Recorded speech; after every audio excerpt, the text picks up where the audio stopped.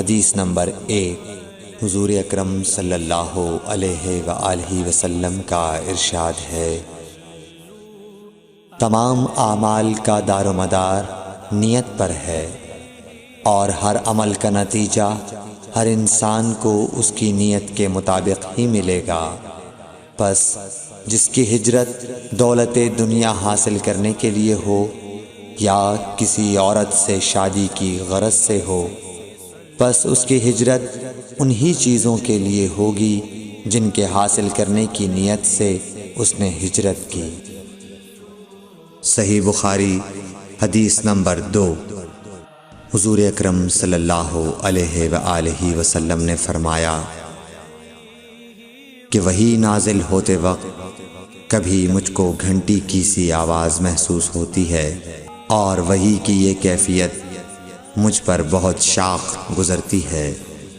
جب یہ کیفیت ختم ہوتی ہے تو میرے دل و دماغ پر اس فرشتے کے ذریعے نازل شدہ وحی محفوظ ہو جاتی ہے، اور کسی وقت ایسا ہوتا ہے کہ فرشتہ بشکل انسان میرے پاس آتا ہے اور مجھ سے کلام کرتا ہے، پس میں اس کا کہا ہوا یاد رکھ لیتا ہوں۔ صحیح بخاری حدیث نمبر 3۔ حضرت صلی اللہ علیہ وآلہ وسلم پر وحی کا ابتدائی دور اچھے سچے پاکیزہ خوابوں سے شروع ہوا۔ آپ خواب میں جو کچھ دیکھتے وہ صبح کی روشنی کی طرح صحیح اور سچا ثابت ہوتا۔ پھر من جانب قدرت آپ تنہائی پسند ہو گئے، اور آپ نے غار حرا میں خلوت نشینی اختیار فرمائی، اور کئی دن اور رات وہاں مسلسل عبادت اور یاد الہی و ذکر میں مشغول رہنے لگے۔ جب تک گھر آنے کو دل نہ چاہتا توشہ ہمراہ لیے ہوئے وہاں رہتے۔ توشہ ختم ہونے پر ہی اہلیہ محترمہ حضرت خدیجہ رضی اللہ تعالی عنہا کے پاس تشریف لاتے، اور کچھ توشہ ہمراہ لے کر پھر وہاں جا کر خلوت گزین ہو جاتے۔ یہی طریقہ جاری رہا یہاں تک کہ آپ پر حق منکشف ہو گیا، اور آپ غار حرا ہی میں قیام پذیر تھے کہ اچانک حضرت جبرائیل علیہ السلام آپ کے پاس حاضر ہوئے اور کہنے لگے کہ اے محمد پڑھو۔ آپ فرماتے ہیں کہ میں نے کہا کہ میں پڑھنا نہیں جانتا۔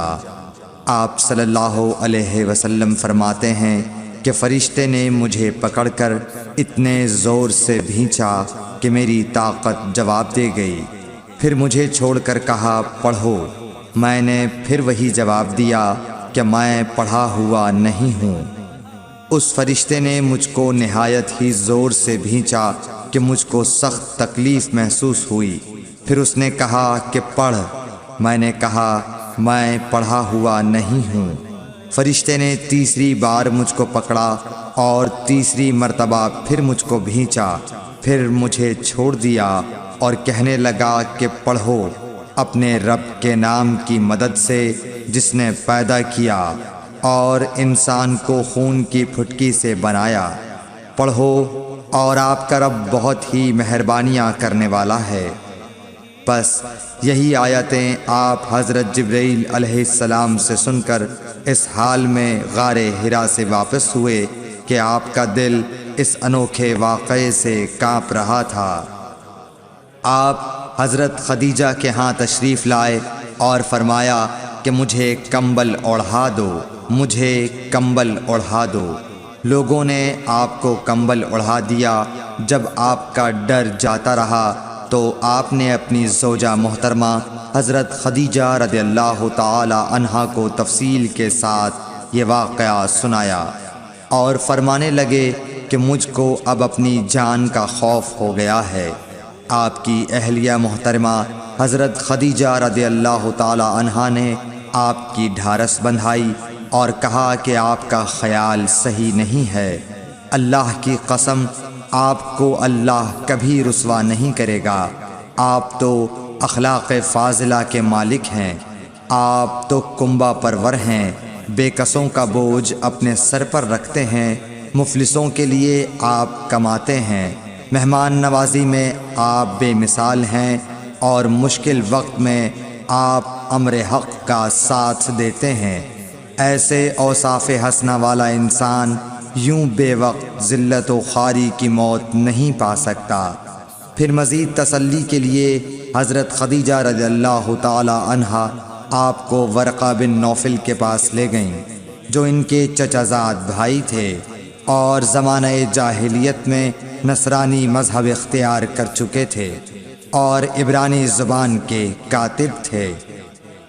چنانچہ انجیل کو بھی حسب منشاء خداوندی عبرانی زبان میں لکھا کرتے تھے۔ انجیل سریانی زبان میں نازل ہوئی تھی، پھر اس کا ترجمہ عبرانی زبان میں ہوا۔ ورقہ اسی کو لکھتے تھے۔ وہ بہت بوڑھے ہو گئے تھے، یہاں تک کہ ان کی بینائی بھی رخصت ہو چکی تھی۔ حضرت خدیجہ رضی اللہ تعالی عنہا نے ان کے سامنے آپ کے حالات بیان کیے اور کہا کہ اے چچا زاد بھائی، اپنے بھتیجے محمد صلی اللہ علیہ وسلم کی زبانی ذرا ان کی کیفیت سن لیجئے۔ وہ بولے کہ بھتیجے، آپ نے جو کچھ دیکھا ہے اس کی تفصیل سناؤ۔ چنانچہ آپ صلی اللہ علیہ وآلہ وسلم نے از اول تا آخر پورا واقعہ سنایا، جسے سن کر ورقہ بے اختیار ہو کر بول اٹھے کہ یہ تو وہی ناموس معزز رازدان فرشتہ ہے جسے اللہ نے حضرت موسیٰ علیہ السلام پر وحی دے کر بھیجا تھا۔ کاش میں آپ کے اس عہد نبوت کے شروع ہونے پر جواں عمر ہوتا، کاش میں اس وقت تک زندہ رہتا جب کہ آپ کی قوم آپ کو اس شہر سے نکال دے گی۔ رسول کریم صلی اللہ علیہ وآلہ وسلم نے یہ سن کر تعجب سے پوچھا کہ کیا وہ لوگ مجھ کو نکال دیں گے، حالانکہ میں تو ان میں صادق و امین و مقبول ہوں۔ ورقہ بولا، ہاں یہ سب کچھ سچ ہے، مگر جو شخص بھی آپ کی طرح امر حق لے کر آیا، لوگ اس کے دشمن ہی ہو گئے ہیں۔ اگر مجھے آپ کی نبوت کا وہ زمانہ مل جائے تو میں آپ کی پوری مدد کروں گا، مگر ورقہ کچھ دنوں کے بعد انتقال کر گئے۔ پھر کچھ عرصے تک وحی کی آمد موقوف رہی۔ صحیح بخاری حدیث نمبر 4۔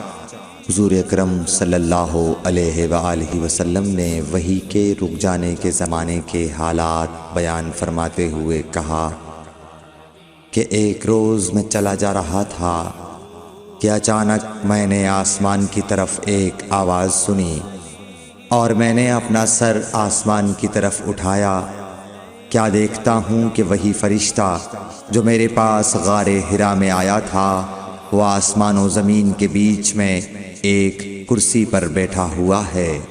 میں اس سے ڈر گیا اور گھر آنے پر میں نے پھر کمبل اوڑھنے کی خواہش ظاہر کی۔ اس وقت اللہ پاک کی طرف سے یہ آیات نازل ہوئیں، اے لحاف اوڑھ کر لیٹنے والے، اٹھ کھڑا ہو اور لوگوں کو عذاب الہی سے ڈرا، اور اپنے رب کی بڑائی بیان کر، اور اپنے کپڑوں کو پاک صاف رکھ اور گندگی سے دور رہ۔ اس کے بعد وہی تیزی کے ساتھ پے در پے آنے لگی۔